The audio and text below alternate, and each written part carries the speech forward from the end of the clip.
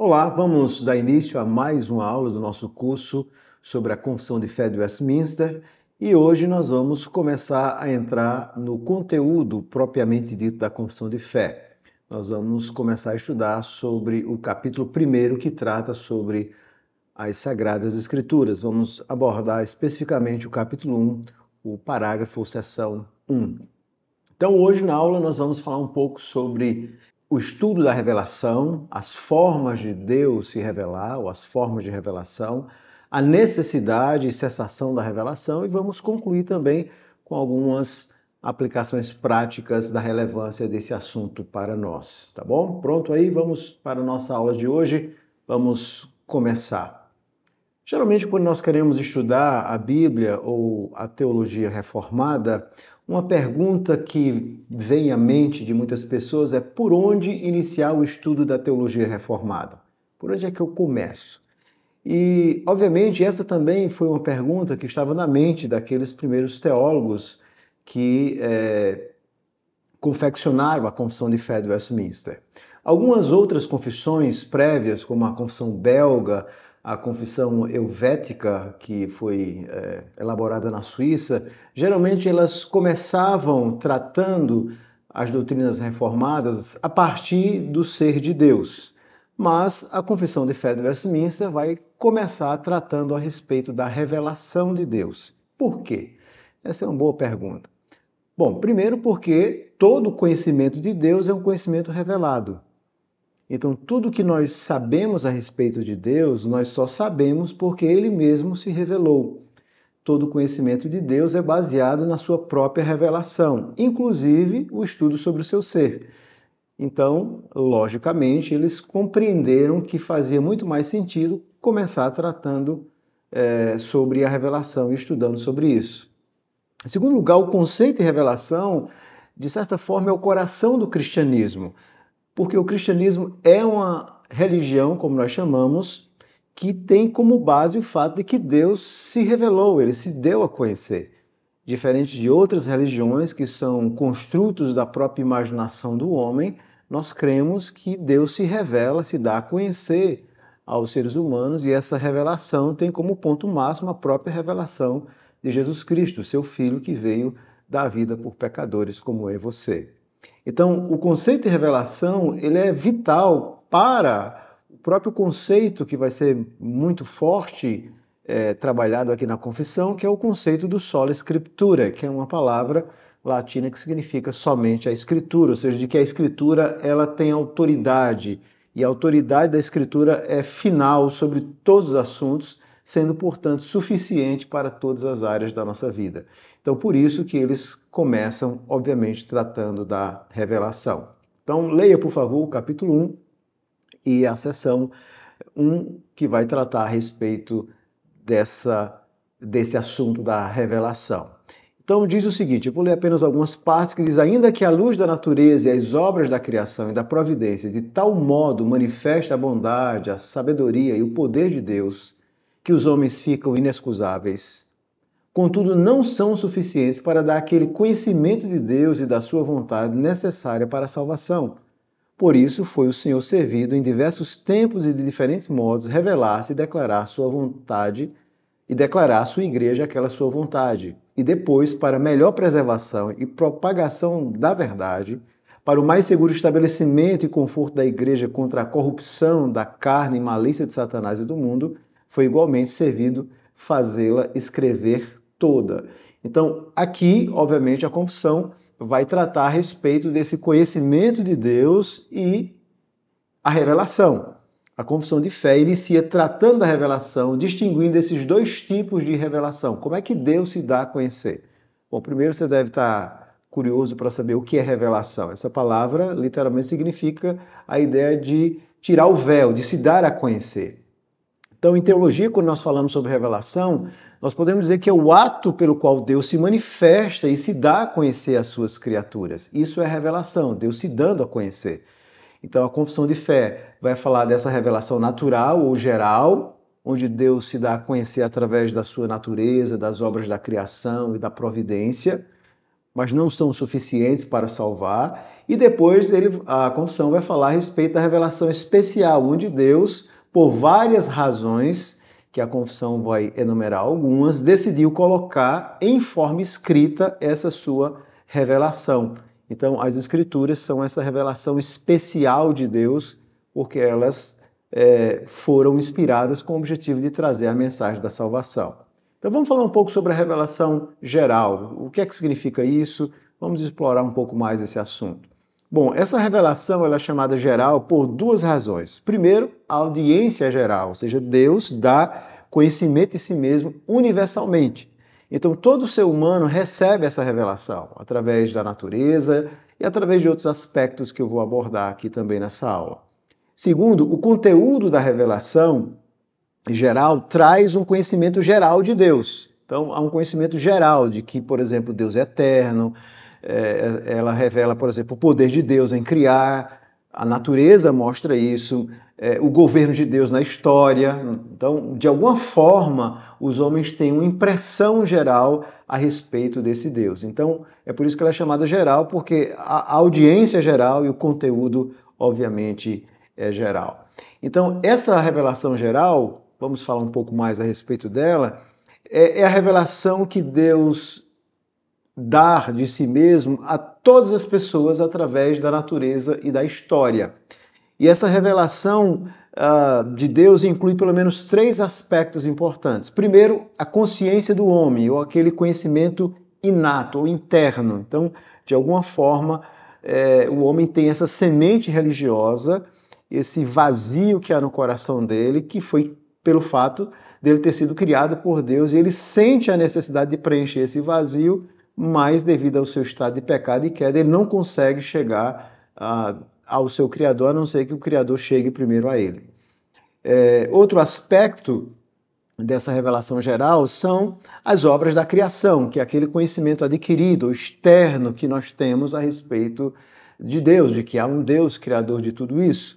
E o terceiro aspecto dessa revelação geral são as obras da providência, ou seja, o fato de Deus estar guiando. Nós vamos depois estudar um pouco mais sobre a doutrina da providência, há uma parte importante da confissão que trata sobre a providência, mas resumindo, a providência é essa mão invisível de Deus que governa toda a história, que faz com que todos os seus planos e decretos feitos antes da fundação do mundo sejam executados conforme ele pretendeu. Então, essa mão invisível que dirige todas as coisas. Então, todas as pessoas elas têm uma consciência. Deus plantou dentro de cada uma delas esse conhecimento inato de que existe esse ser supremo. No entanto, essa consciência do homem ela é profundamente distorcida pelo pecado e vai produzir, obviamente, conceitos e práticas erradas. É por isso que você sempre vai observar que em todas as sociedades humanas, as mais diversas possíveis, sempre existe essa ideia da religião. Porque há esse vazio no homem e ele então tenta preencher esse vazio buscando a Deus ou um ser, ou adorando muitas vezes até os objetos da natureza, tentando preencher isso. Infelizmente, ele não vai conseguir encontrar o Deus verdadeiro, porque o Deus verdadeiro não é encontrado conforme as imaginações do homem, mas conforme a sua própria revelação. Então, a consciência do homem é distorcida e vai produzir, obviamente, conceitos distorcidos de Deus. E Deus também se revelou através dessas obras da criação e desse governo providencial sobre a história humana. Então, só relembrando rapidamente, essa revelação geral significa que Deus plantou no coração do homem uma semente religiosa, significa que Deus criou todas as coisas e essas coisas apontam que há um Deus, e significa também que, através desse governo providencial de Deus sobre a história, todos esses atos de Deus na história apontam a sua grandeza também como Deus sobre todas as coisas. Mas falando um pouco mais específico ainda sobre a revelação geral, geralmente nós falamos desse conhecimento imediato e o conhecimento mediato, quando nós falamos a respeito da revelação geral. Deixa eu explicar rapidamente.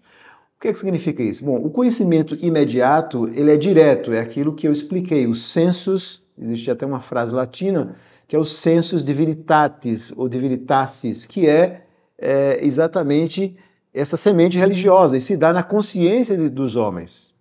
Então, Paulo fala isso, por exemplo, lá no livro de Romanos, no capítulo 2, no versículo 14 e 15, ele diz assim: quando, pois, os gentios que não têm lei, ou seja, aqueles judeus que não tinham a revelação, obviamente, da lei, procedem por natureza de conformidade com a lei, não tendo lei, servem eles de lei para si mesmos.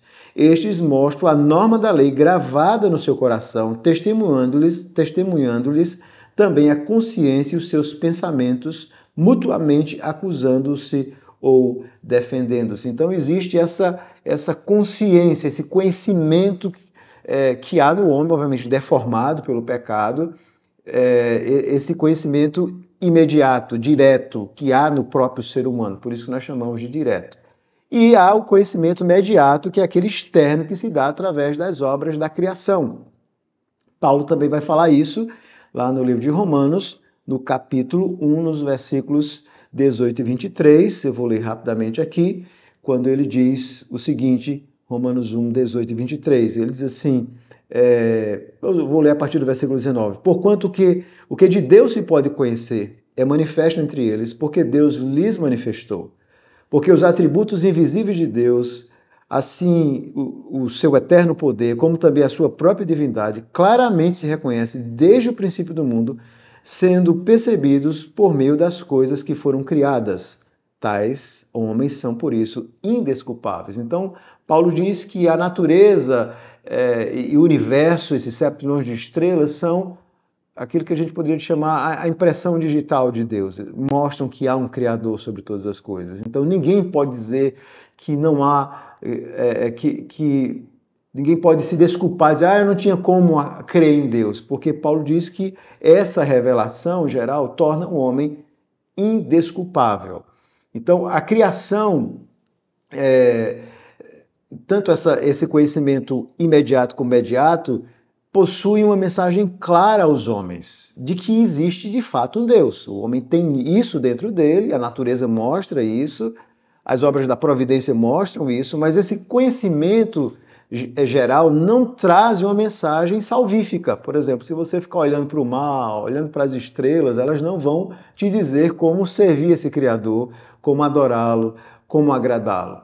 Elas não têm uma mensagem salvífica.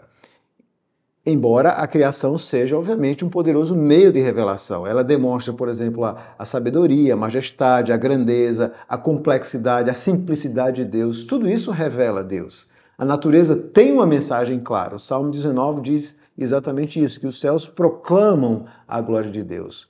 E o firmamento anuncia as obras das suas mãos. Então, há uma mensagem, mas essa mensagem ela não tem como produzir salvação. Então, essa natureza, assim como a preservação de Deus, conforme o Salmo 104 nos ensina, Deus não apenas cria o mundo, mas ele preserva todas as coisas através da sua providência, fazendo com que haja essa harmonia no universo. Você observa isso, né? Essa harmonia que há em todo o universo. Tudo isso aponta para a existência de um Deus. Essa revelação geral, ela mostra que Deus de fato existe. Não há como negá-lo. Mas, embora ela seja importante, essa revelação geral não revela quem Deus é de fato, nem como nós podemos ser salvos, nem como nós devemos viver de uma forma agradável a Ele. Então ela é limitada, ela é condenatória porque torna o homem desculpável, mas ela é limitada porque não traz a mensagem, obviamente, de salvação. Então ela é insuficiente. E essa expressão, quando nós falamos que ela é insuficiente por quê? Ela é insuficiente porque ela não consegue salvar. Ela não diz de forma explícita como nós agradamos o Criador. Por exemplo, ela é condenatória, ela não é salvífica, porque ela não tem uma mensagem de salvação, ela não fala especificamente a respeito de como você vai servir esse Deus Criador de tudo. Então a revelação geral, ela deve ser, de fato, admirada, ela deve ser reconhecida. Nós vemos vários aspectos do ser de Deus através dessa revelação geral, mas ela ela é insuficiente para salvar. E aí Deus se revela de forma especial, que é a revelação especial de Deus. E essa revelação especial de Deus, o que é isso, essa revelação especial? São as suas escrituras sagradas, ou a Bíblia, como nós chamamos. Então, em 2 Timóteo, capítulo 3, versículo 16, diz exatamente isso, que toda a escritura ela é inspirada por Deus. A palavra grega que Paulo usa ali, ela é soprada por Deus. Deus, então, é o autor das escrituras. E por que, então, Deus se revela de forma especial? Bom, porque Deus precisa dar ao homem esse conhecimento salvífico. Por exemplo, quem Deus é. Então, nas Escrituras nós vamos encontrar a revelação desse Deus trino, a trindade, desse Deus criador, desse Deus redentor. Como nós cultuamos e adoramos a esse Deus? Como é que nós servimos a esse Deus? É nas Escrituras que Deus vai nos revelar como nós, obviamente, adoramos a Ele, como nós o servimos. Qual é o plano de salvação que Deus tem para os homens que são pecadores? É através da Bíblia que nós vamos encontrar esse plano salvífico de Deus através de Jesus Cristo. Obviamente, essa revelação de Deus, geralmente nós usamos a expressão progressiva, ela é progressiva. Então, antes da Bíblia ser completada, Deus ele se revelou, o autor aos Hebreus nos ensina isso, no capítulo 1, versículo 1 a 4, de várias formas, de várias maneiras. Né? No Antigo Testamento nós vemos vendo Deus se revelar através de várias formas, mas à medida que o tempo passa, Deus ele vai inspirando homens para escrever essa revelação, para preservar a sua palavra e, acima de tudo, essa revelação vai chegando ao ponto máximo, ou ponto final, que se dá exatamente na pessoa de Cristo, que é isso que o autor dos Hebreus diz. Ele diz que nos últimos dias Deus nos falou pelo Filho, a quem constitui o herdeiro de todas as coisas. Então Jesus é essa revelação final de Deus.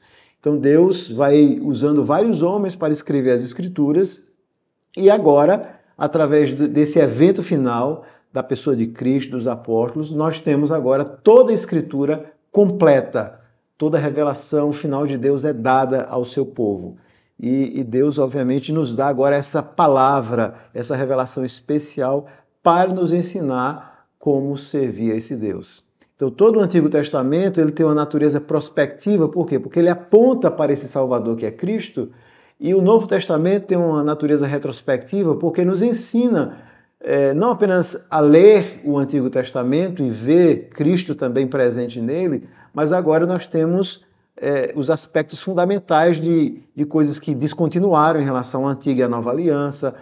Nós temos aspectos de coisas que foram moldadas ou mudadas na Nova Aliança. Na Nova Aliança nós temos agora o final da revelação. Né? Agora Deus completa a sua revelação. E Deus nunca vai agir, obviamente, em desacordo com a sua palavra. Era importante que Deus, então, nos desse a sua palavra. Então a revelação é chamada especial também por duas razões. Primeiro, audiência especial.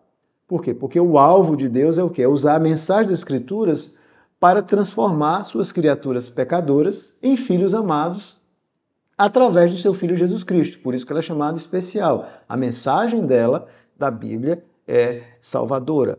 Mas o conteúdo também é especial. Por quê? Porque revela esse plano da salvação. Vai revelar a criação, vai revelar a queda, vai revelar o plano da redenção, aliás, e a consumação que se dará na segunda vinda de Cristo. Então, há 4 palavras que são fundamentais para você entender essa revelação: a criação, a queda, a redenção e a consumação. Então, nós vamos encontrar essas verdades nas Escrituras Sagradas. E Jesus, obviamente, é o centro. É isso que nós vamos encontrar. Por isso que ela é especial, porque nela, na Bíblia, nós vamos encontrar a pessoa bendita de Cristo como sendo o único caminho para salvar pecadores. Então, as Escrituras, elas são especiais porque elas revelam o que é necessário para a nossa salvação. Mas aí você pode perguntar, bom, pastor, isso significa que toda pessoa que tem a Bíblia, lê a Bíblia, ela automaticamente é salva? Obviamente não. Há muitas pessoas que podem conhecer a Bíblia e não terem sido transformados por ela. E é por isso que nós podemos falar da revelação especial de 2 maneiras. Primeiro, o conhecimento mental, que é quando alguém aprende as verdades da palavra de Deus em sua mente. Não é? Então, a pessoa estuda a Bíblia, lê a Bíblia, muitas pessoas que conhecem a Bíblia. Mas esse não é um conhecimento salvador, é um conhecimento mental. Alguém pode até estudar a Bíblia sem mesmo acreditar nela. Isso é muito comum. Existem inúmeras pessoas que estudam a Bíblia e não creem de fato que ela é a palavra de Deus. Mas existe um outro conhecimento, que é um conhecimento salvador, que é quando alguém aprende as verdades da palavra de Deus em seu coração e essa pessoa é transformada através do Espírito Santo. Ou seja, o Espírito transforma esse pecador pelas Escrituras e o Espírito Santo, então, ilumina esse pecador para que ele compreenda essas verdades fundamentais para a sua vida e encontre o Senhor Jesus Cristo. É esse conhecimento salvador que eu estou falando aqui. Por isso que a Bíblia é essa revelação especial de Deus, porque ela vai não apenas nos trazer um conhecimento mental, mas, acima de tudo, um conhecimento transformador. E é isso que eu espero que você experimente na sua vida, esse conhecimento transformador pelas Escrituras. Então, ouvir o Evangelho, ter uma Bíblia, isso é um privilégio. É muito bom fazer isso, ir para uma igreja evangélica, mas o maior privilégio é ser transformado pela mensagem das Escrituras, mediante o Espírito, que aplica a mensagem de Cristo em nosso coração e ser transformado a cada dia pela palavra de Deus. Então, a Bíblia ela é especial porque ela revela quem Deus é, o seu ser enquanto triunidade, como é que nós podemos conhecê-lo, como é que nós podemos adorá-lo em espírito e em verdade, qual é o plano da salvação em Cristo, como é que eu vivo uma vida que agrada a Deus. A Bíblia, de fato, é um livro maravilhoso, é um livro especial.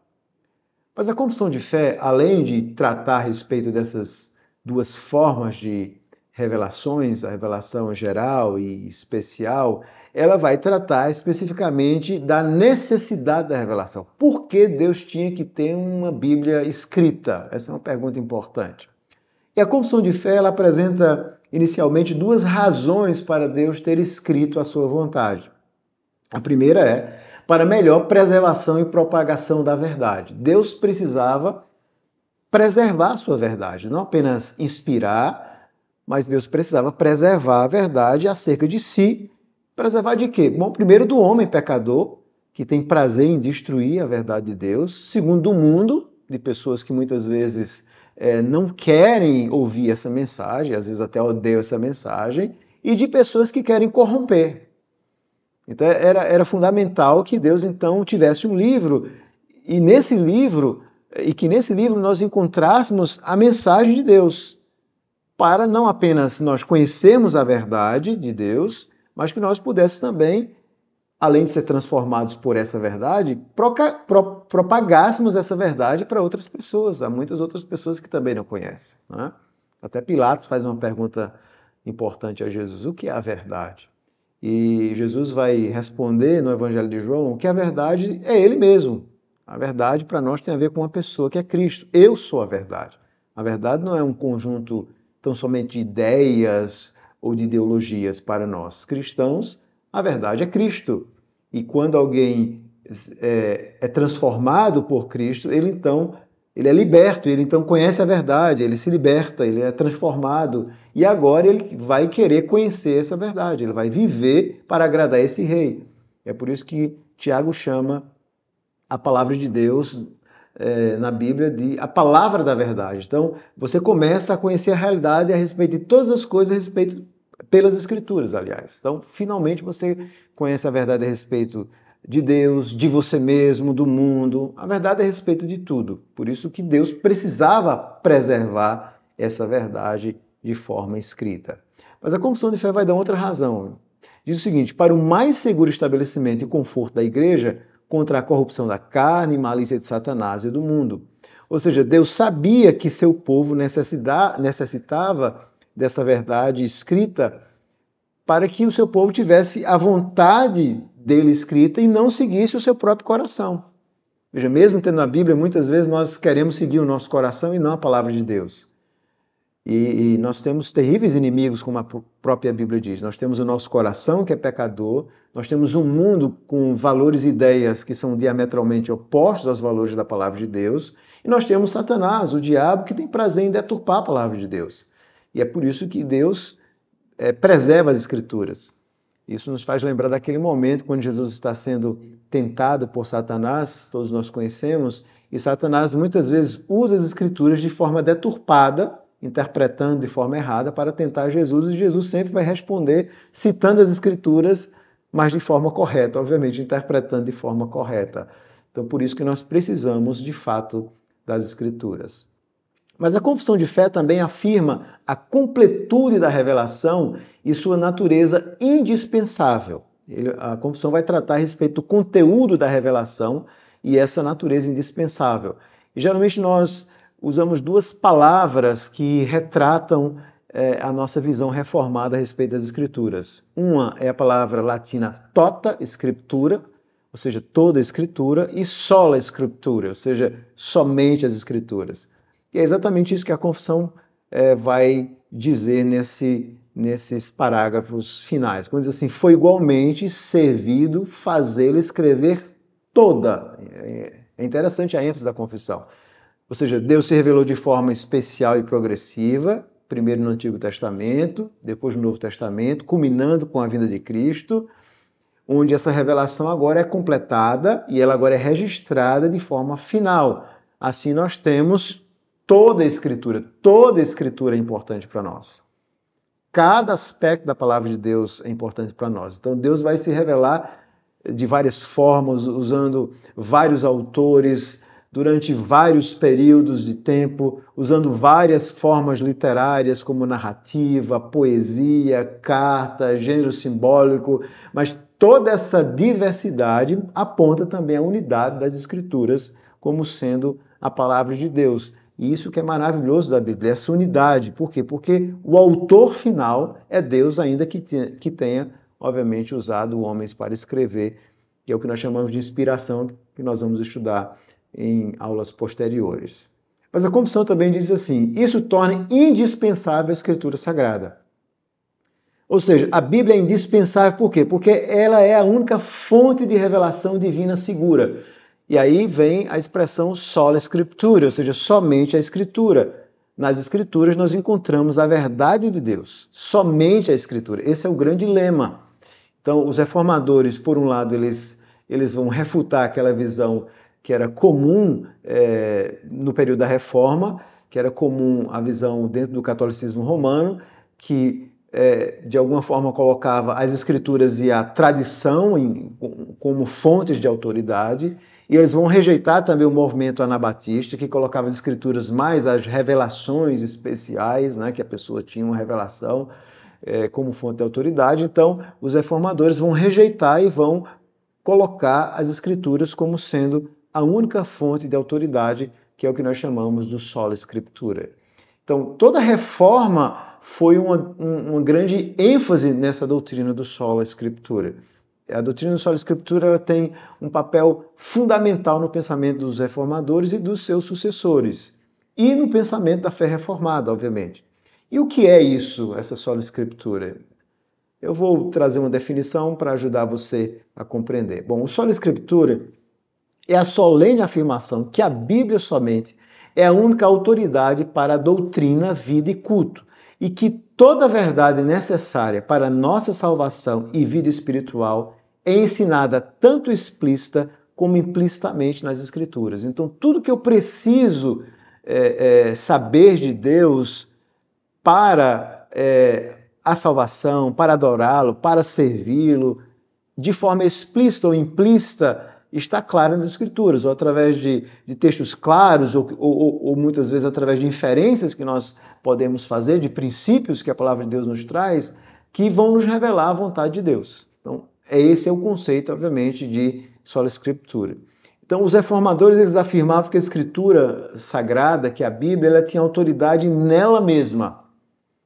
Não é ninguém, não é a igreja que dá essa autoridade. E eles usavam a palavra autopistia, ou seja, ela tem autoridade nela mesma, e isto é reconhecido através da obra do Espírito no coração dos crentes, através desse, eles usavam a expressão testemunho, ou seja, desse testemunho do Espírito em nosso coração.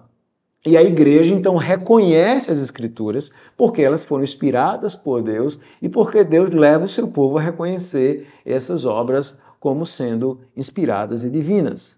E, obviamente, a fé a fé reformada, trazendo essa ênfase no Sola Escritura, isso terá um papel fundamental na própria Confissão de Fé de Westminster, que é uma herdeira do pensamento reformado com respeito às Escrituras Sagradas. Então, essas duas palavras são muito importantes, o tota e o sola Scriptura. Mas a Confissão de Fé também tem uma frase conclusiva, quando ela diz assim: tendo cessado aqueles antigos modos de revelar a Deus a sua vontade ao seu povo. Eu vou trazer em outra aula um estudo específico sobre essa questão da cessação da revelação. Mas o que a Confissão de Fé está dizendo é que hoje aquelas outras formas de Deus revelar a sua vontade, elas cessaram. Por quê? Porque agora nós temos as Escrituras. E no momento em que nós temos o Antigo e o Novo Testamento, ou seja, agora todo o arcabouço da vontade de Deus é trazido para o seu povo. Nós não precisamos descobrir a vontade de Deus, porque a vontade dele já está revelada nas Escrituras. Nós temos que agora entender, obviamente, a vontade de Deus. Apenas um parênteses importante, quando nós falamos aqui em vontade de Deus, existe, obviamente, um aspecto nas Escrituras, eu vou ensinar em outras aulas, que fala a respeito dessa vontade decretiva, soberana de Deus, que nós não conhecemos. Deus é soberano e, às vezes, ele dirige a nossa vida de formas que nós não conhecemos. Essa vontade soberana nós não conhecemos. Mas a Bíblia também fala dessa vontade revelada, que está nas Escrituras e que é essa vontade que devemos buscar aplicar em nossa vida, ou seja, conhecer e aplicar em nossa vida. Então essa é a nossa aula de hoje e para concluir, apenas eu quero trazer algumas rápidas aplicações aqui para nós. A primeira é que os reformadores eles foram usados por Deus para que a sua igreja retornasse às Escrituras, rejeitando as tradições humanas, bem como essas novas revelações. A reforma foi um movimento que enfatizou profundamente as Escrituras Sagradas. Então, ser reformado é exatamente isso, é ser consistentemente bíblico. É apenas isso, é você crer nas Escrituras, é amar as Escrituras, é se preocupar em adorar a Deus conforme as Escrituras. Então, tudo precisa passar pelo crivo das Escrituras, tota e sola Scriptura. E esse retorno é visto nos sucessores dos reformadores, como no caso daqueles que escreveram a Confissão de Fé. Esse retorno ele foi baseado não em invenção, não é que eles inventaram essa doutrina, eles redescobriram esse ensino nas próprias Escrituras. O próprio Jesus, o tempo inteiro, está refutando as tradições humanas e reafirmando o princípio do sola Scriptura. Então, eles não criaram algo novo, mas eles buscaram de forma consistente elucidar o ensino das Escrituras sobre elas mesmas, ou seja, a própria Escritura atesta a sua autoridade, a sua natureza especial. Então, a Confissão de Fé, obviamente de Westminster, como herdeira da Reforma Protestante, ela vai reafirmar esses princípios reformados quanto à Bíblia, enfatizando que a Bíblia é, de fato, a palavra de Deus, um livro maravilhoso, especial e transformador. Portanto, ser reformado significa isso. Às vezes nós temos buscado muitas definições para ser reformados, mas significa colocar a Bíblia sempre em primeiro lugar. É isso. Então, rejeitando aquelas tradições, revelações, você coloca as Escrituras como sendo o ponto central da sua vida. E você então busca conhecê-la e aplicá-la diariamente. E nesse momento de pós-modernidade, onde os seres humanos têm rejeitado essa ideia de verdades absolutas, o próprio conceito de verdade tem sido rejeitado, é nossa tarefa como crentes e, sobretudo, como crentes reformados que creem na Bíblia como palavra de Deus, reafirmarmos que Jesus e a sua palavra são as únicas verdades absolutas. E essa verdade absoluta, ela é absoluta porque ela foi revelada por Deus. A Bíblia não é uma criação de homens, mas é a própria revelação especial de Deus para nós. Que Deus abençoe a todos. Até a próxima aula.